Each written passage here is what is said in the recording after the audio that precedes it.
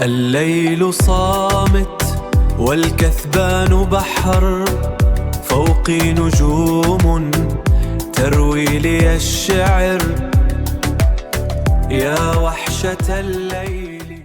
Bayangkan, ada satu masa ketika dunia datang ke negeri Islam untuk belajar.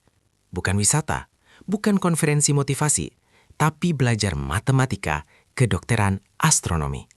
Dan ini bukan cerita heroik tanpa sumber. Dalam karya sejarah besar Al-Bidayah wan Nihayah, Ibnu Katsir mencatat bahwa era kekuasaan Abbasiyah dan menyebutkan bagaimana Baghdad menjadi pusat ilmu dan peradaban. Pertanyaannya, kenapa bagian ini jarang dibahas panjang? Inilah sejarah Islam yang disembunyikan. Hari ini narasinya sederhana, Islam tertinggal. Tapi sejarah mencatat bab yang berbeda.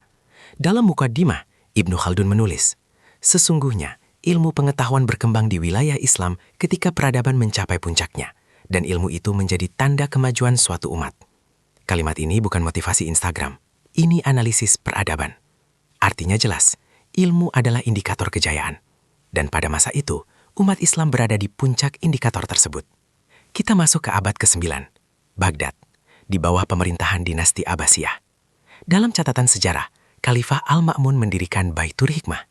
Dalam Al-Bidayah wan Nihayah, Ibnu Katsir mencatat bahwa Al-Ma'mun sangat mencintai ilmu dan mengumpulkan buku-buku dari berbagai negeri untuk diterjemahkan ke bahasa Arab.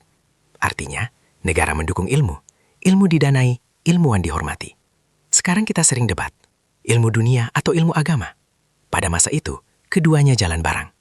Astronomi berkembang untuk menentukan waktu sholat. Matematika berkembang untuk pembagian waris. Kedokteran berkembang untuk menjaga kesehatan masyarakat. Ini bukan sekedar peradaban. Ini sistem, dan sistem ini membuat Baghdad menjadi pusat dunia. Bayangkan, kalau waktu itu sudah ada YouTube, mungkin channel review manuskrip Yunani bakal trending. Sekarang kita pindah ke barat, Andalusia. Dalam kitab sejarah Andalusia, para sejarawan mencatat Cordoba memiliki perpustakaan ratusan ribu jilid buku. Ibnu Khaldun juga menyinggung bagaimana wilayah barat Islam berkembang dalam ilmu dan urbanisasi. Mahasiswa dari Eropa datang belajar kedokteran dan matematika. Ini bukan klaim romantis. Fakta sejarah menunjukkan universitas-universitas awal di Eropa banyak terpengaruh oleh sistem pendidikan Islam. Ironisnya, dulu mereka belajar ke dunia Islam, sekarang kita belajar sejarah dari buku mereka. Sejarah memang punya selera humor yang tenang. Dalam Muqaddimah, Ibnu Khaldun menjelaskan konsep ashabiyah, solidaritas sosial. Beliau menulis bahwa kekuatan suatu peradaban terletak pada solidaritas dan integritas kolektifnya. Ketika solidaritas kuat, negara kuat. Ketika solidaritas melemah, negara runtuh. Ini bukan teori modern, ini analisis abad ke-14, dan relevansinya masih terasa. Ibnu Khaldun juga menulis bahwa ketika kemewahan berlebihan masuk, generasi berikutnya kehilangan daya juang. Peradaban menjadi nyaman, lalu rapuh. Dan sejarah menunjukkan, Baghdad pernah diserang, Andalusia pernah runtuh. Tapi sebelum itu terjadi, retakan sudah muncul dari dalam. Jadi apa sebenarnya sejarah Islam yang disembunyikan? Bukan tentang konspirasi global, bukan tentang teori rahasia, tapi tentang fakta bahwa umat ini pernah membangun sistem ilmu yang membuat dunia datang belajar. Dan ketika sistem itu melemah, sejarah bergerak. Ibnu Khaldun menegaskan bahwa peradaban memiliki siklus, naik, puncak, turun.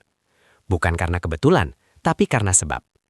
Sejarah Islam yang disembunyikan ini bukan untuk membanggakan masa lalu, tapi untuk memahami pola. Karena sejarah tidak pernah berpihak pada nostalgia. Ia berpihak pada kesiapan. Dan pertanyaannya sekarang bukan kenapa dulu kita jaya, tapi apakah kita sedang membangun sebab untuk bangkit lagi? Karena sejarah selalu memberi peluang untuk siapapun yang siap.